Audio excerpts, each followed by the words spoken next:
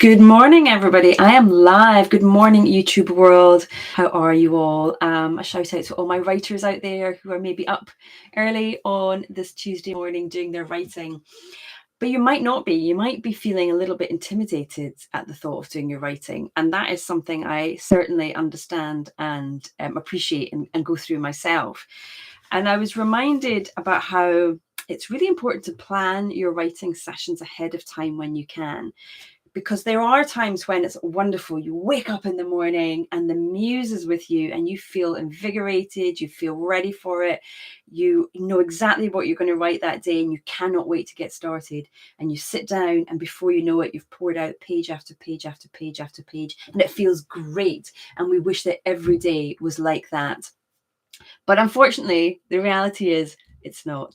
Every day of writing is not like that. And there are days where it becomes like a job. It's the job that we do, and we have to understand that as much as it's fun and as much as we enjoy it and we do it as a form of relaxation and a fulfillment of a part of ourselves, there's also a lot of work involved, and we have to be ready for that and prepared for that. And I was reminded of this yesterday. My daughter, who is 12 now, she's quite a shy girl. She's not one of those kids who's just chomping at the bit to get out there and be her own independent self. She's very happy at home. She likes being with us. But she and her friend are organizing a trip to the swimming pool today. And this became a big thing. She had to plan it out. So then they had to figure out, well, when are we going to book the swimming slot for? How are we going to get there? What are we going to do afterwards? What do we need to pack to take with us to make this a good day? How are we going to get home from the swimming pool? So there was a degree of planning that went into it for the next day. And I thought, this is just like for our writing, that we need to do a degree of planning as well.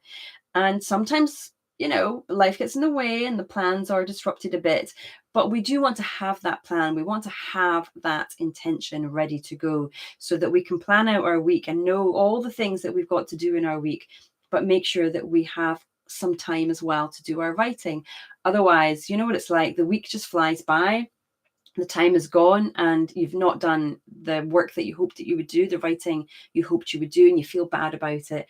And it compounds this feeling of not being committed enough, not being good enough at doing the writing.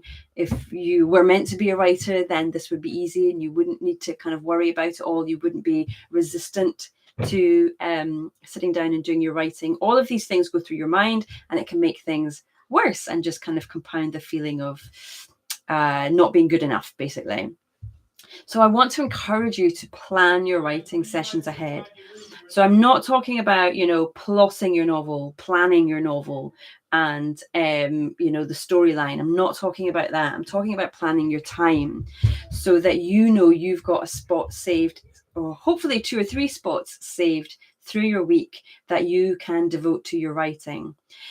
Now, depending on the lifestyle you've got and the other commitments you've got in your life, it might be that actually you only get 1 hour a week to spend on your writing. And that is fine. And you can absolutely write your novel based on that. 1 hour a week can be brilliant. That's all you need.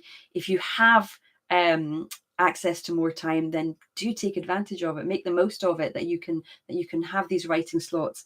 And they don't have to be for an hour at a time. They can sometimes just be 10 or 15 minutes. And you might be thinking, well, what can I do in 10 or 15 minutes? Not a lot. You will be surprised. I promise you, you will be very, very surprised at how much consistency you can get with a 10 or 15 minute writing slot. And I've got a whole podcast episode about this with the wonderful Rhonda Douglas, who talks about writing sessions. It's really good. So I want you to think about your week ahead. And I've got a guide, I've put it in the description here, called The 3 Easy Steps to Start Writing Your Novel. And it's about helping you take control of your time rather than your time controlling you. And so you're looking ahead to the week that's coming up. You are looking at what you need to do. What are the absolute musts that you've got to do in your week? Like go to work, pick up the kids, make dinner. Maybe you've got some health appointments that you need to go to. So those are the absolute musts that you've got to do. You can't get out of those.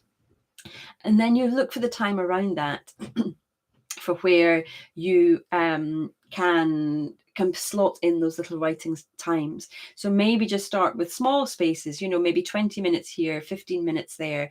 You can build up to bigger time slots, or maybe there's one day in the week where you can do 40, 45 minutes to devote to your writing. And by devoting to your writing, it doesn't necessarily have to be writing the prose, doesn't need to be writing the manuscript. Don't forget that a big, big portion of writing is the thinking that we do. So if you've got 15 minutes in your week that you can sit down and just think about your book, where there's no other distractions, where you can take yourself off to a quiet room, maybe even go out for a walk to think about your story, maybe just kind of put some ideas into your voice notes, that is also working on your book.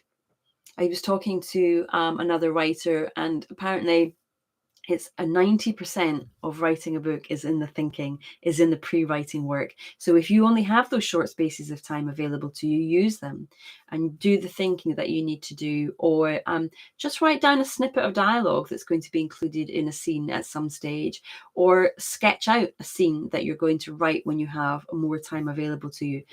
There's lots of different ways that you can approach this, lots of different ways that you can get to contribute and build up your story over time. So use the planner that I've given you, give the 3 easy steps, which you'll find in the description below, and see how they help you. And if they do help you, come back and let me know, where did you find time in your week that you could write? Did it help you grab control of the time rather than letting time control you? All right, happy writing, everybody, and I will see you next time. Bye.